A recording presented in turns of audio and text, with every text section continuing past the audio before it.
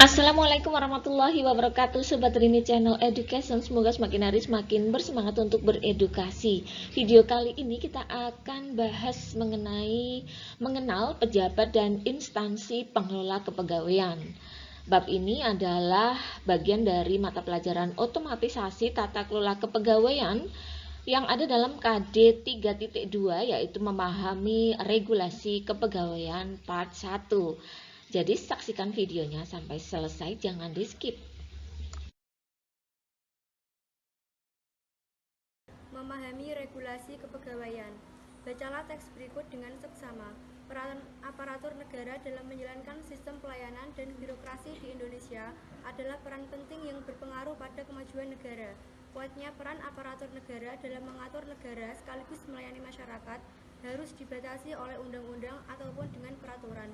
Maka, regulasi mengenai aparatur negara dibuat dan disahkan dengan tujuan agar menciptakan dan membentuk aparatur negara yang profesional, bebas dari intervensi politik, bersih dari praktik korupsi, kolusi, dan nepotisme, mampu menyelenggarakan pelayanan publik bagi masyarakat, dan mampu menjalankan peran sebagai perekat persatuan dan kesatuan bangsa berdasarkan Pancasila dan Undang-Undang Dasar 1945. Gambar di atas adalah salah satu inisiatif dari bagian administrasi kepegawaian yang ikut berkembang menyesuaikan zaman.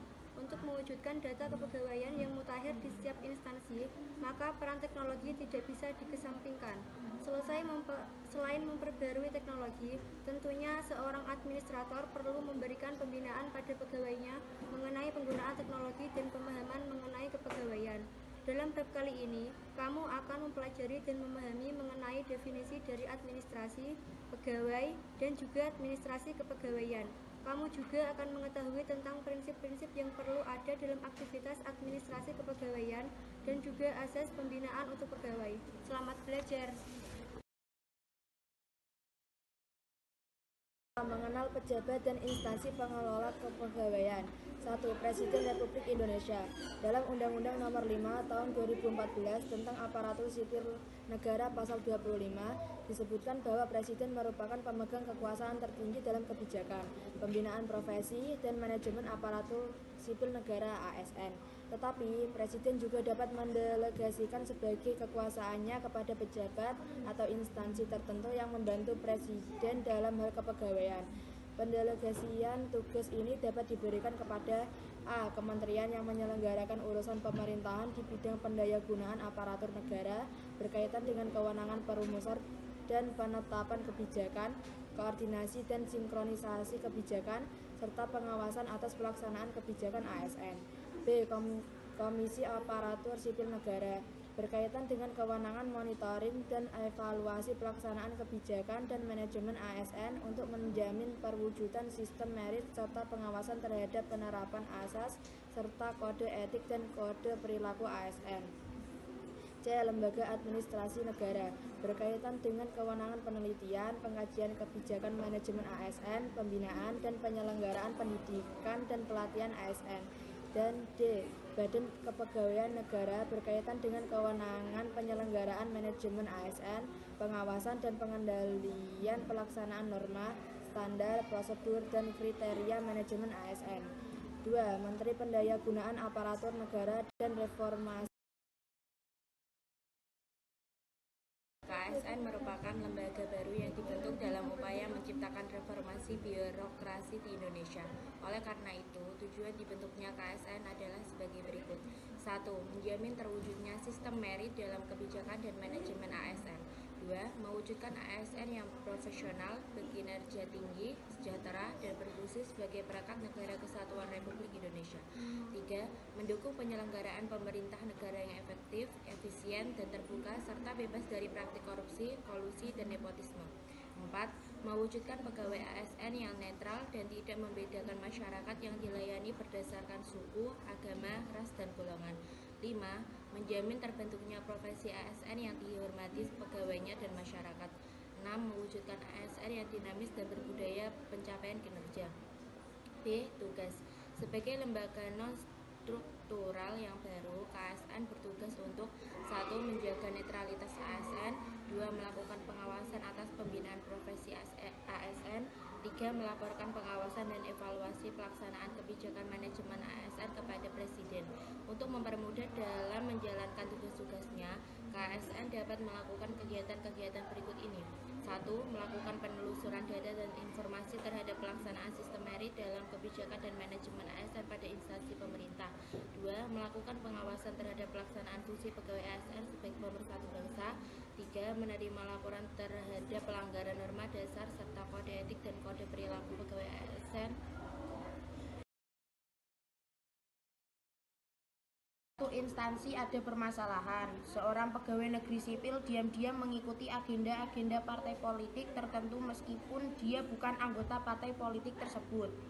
Suatu hari, pegawai negeri sipil tersebut didapati sedang menghadiri rapat internal anggota partai. Siapakah yang berwenang menetapkan pelanggaran yang dilakukan oleh pegawai negeri tersebut? Penyelesaiannya adalah kewenangan yang diberikan kepada KASN sesuai Undang-Undang Nomor 5 Tahun 2014 adalah mengawasi setiap tahapan proses pengisian jabatan pimpinan tinggi, mulai dari pembentukan panitia seleksi instansi, pengumuman lowongan, pelaksanaan seleksi, pengusulan nama calon, penetapan, dan pelantikan pejabat pimpinan tinggi.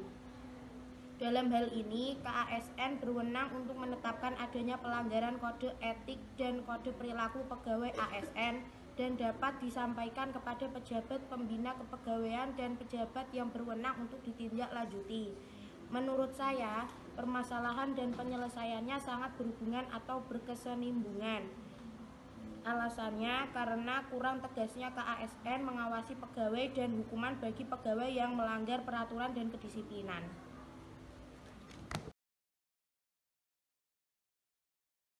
Permasalahan 2.2. Dalam suatu instansi ada permasalahan, yaitu seseorang yang telah mengikuti seleksi CPNS akhirnya terpilih menjadi CPNS di kementerian yang ia harapkan.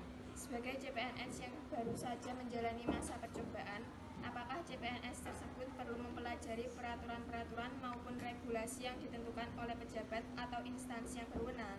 Bagaimana menurutmu?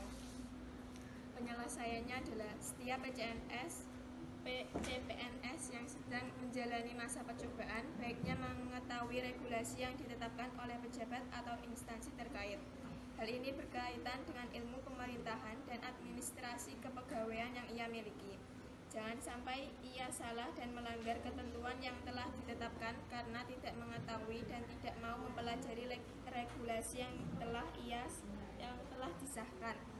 Menurut saya, permasalahan dan penyelesaian sangat berhubungan atau berkesinambungan.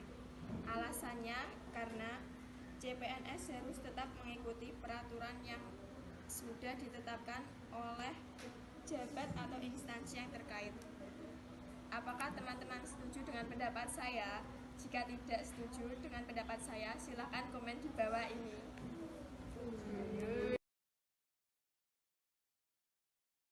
Lembaga Administrasi Negara atau LAN. Lembaga Administrasi Negara adalah lembaga pemerintah non-kementerian yang berada di bawah dan bertanggung jawab kepada Presiden melalui menteri yang membidangi urusan pemerintahan di bidang pendayagunaan aparatur negara dan reformasi birokrasi.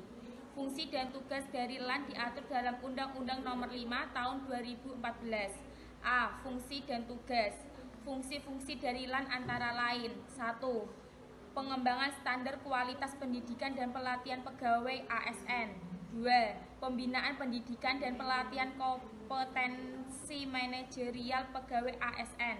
3. Penyelenggaraan pendidikan dan pelatihan kompetensi manajerial pegawai ASN baik secara sendiri maupun bersama-sama lembaga pendidikan dan pelatihan lainnya. 4.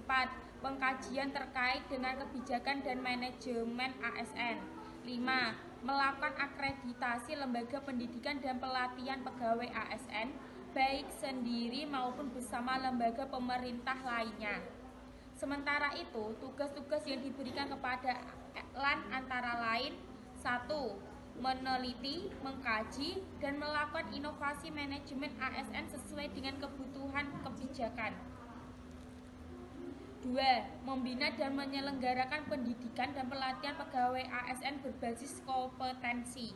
3. Merencanakan dan mengawasi kebutuhan pendidikan dan pelatihan pegawai ASN secara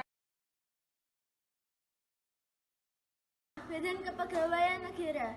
Badan Kepegawaian Negara (BKN) adalah lembaga pemerintah non-kementerian yang diberi kewenangan melakukan pembinaan dan menyelenggarakan manajemen ASN secara nasional.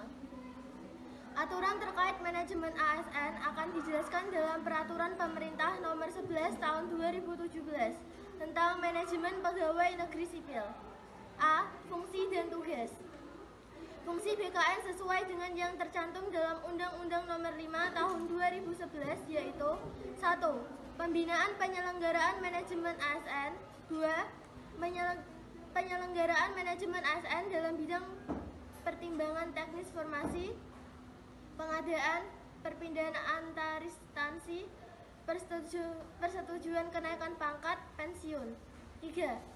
Penyimpanan informasi pegawai ASN yang telah dimutakhirkan oleh instansi pemerintah serta bertanggung jawab atas pengelolaan dan pengembangan sistem informasi ASN. Badan Kepegawaian Negara bertugas untuk 1. Mengendalikan seleksi calon pegawai ASN. 2. Membina dan menyelenggarakan penilaian kompetisi serta pengevaluasi pelaksanaan penilaian kinerja pegawai ASN oleh instansi pemerintah. 3. Membina jabatan fungsional di bidang kepegawaian. 4. Mengelola dan mengembangkan sistem informasi kepegawaian ASN berbasis kompetensi didukung oleh sistem informasi instansi ada permasalahan. Besok adalah tes wawancara untuk CPNS di Badan Kepegawaian Negara. Setelah melewati uji kompetensi dan bersaing dengan 5.000 pelamar lainnya, April akhirnya akan mengikuti tes wawancara bersama dengan 9 orang lainnya untuk memperebutkan 3 jabatan di BKN. Bantulah April.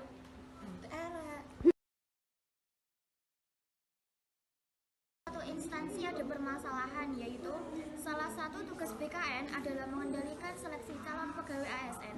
Tujuannya adalah untuk menjaga keseimbangan produktivitas kinerja instansi. Jika kamu adalah seorang PNS yang bekerja di Badan Kepegawaian Negara, bentuk pengendalian seleksi seperti apa yang kamu lakukan? Penyelesaiannya adalah pengendalian seleksi calon pegawai ASN, artinya mengendalikan perencanaan dalam pengadaan seleksi. Misalnya saja, cara peserta seleksi mengajukan diri, menyusun waktu dan tempat diadakannya seleksi, termasuk juga mengatur secara teknis pendaftaran hingga pengangkatan calon pegawai ASN. Menurut pendapatan saya, permasalahan dan penyelesaiannya kurang berkesinambungan. Karena yang ditanyakan itu bagaimana bentuk pengendalian seleksi. Misal bentuk pengendalian seleksi seperti mengendalikan pelaksanaan norma, standar, dan prosedur manajemen kepegawaian ASN.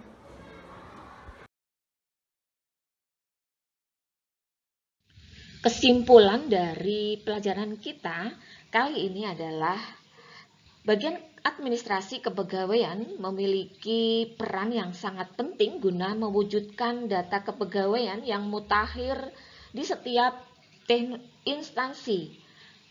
Untuk itu, peran teknologi tidak bisa dikesampingkan. Selain peranan dari teknologi, tentunya seorang administrator perlu diberikan pembinaan, kemudian bagaimana juga pemahaman mengenai kepegawaian. Nah, setelah kita mengenal peran aparatur negara dan juga apa saja sih aparatur negara di Republik Indonesia dalam menjalankan sistem pelayanan dan demokrasi di Indonesia, maka kita jadi tahu peran penting dan pengaruhnya pada kemajuan negara.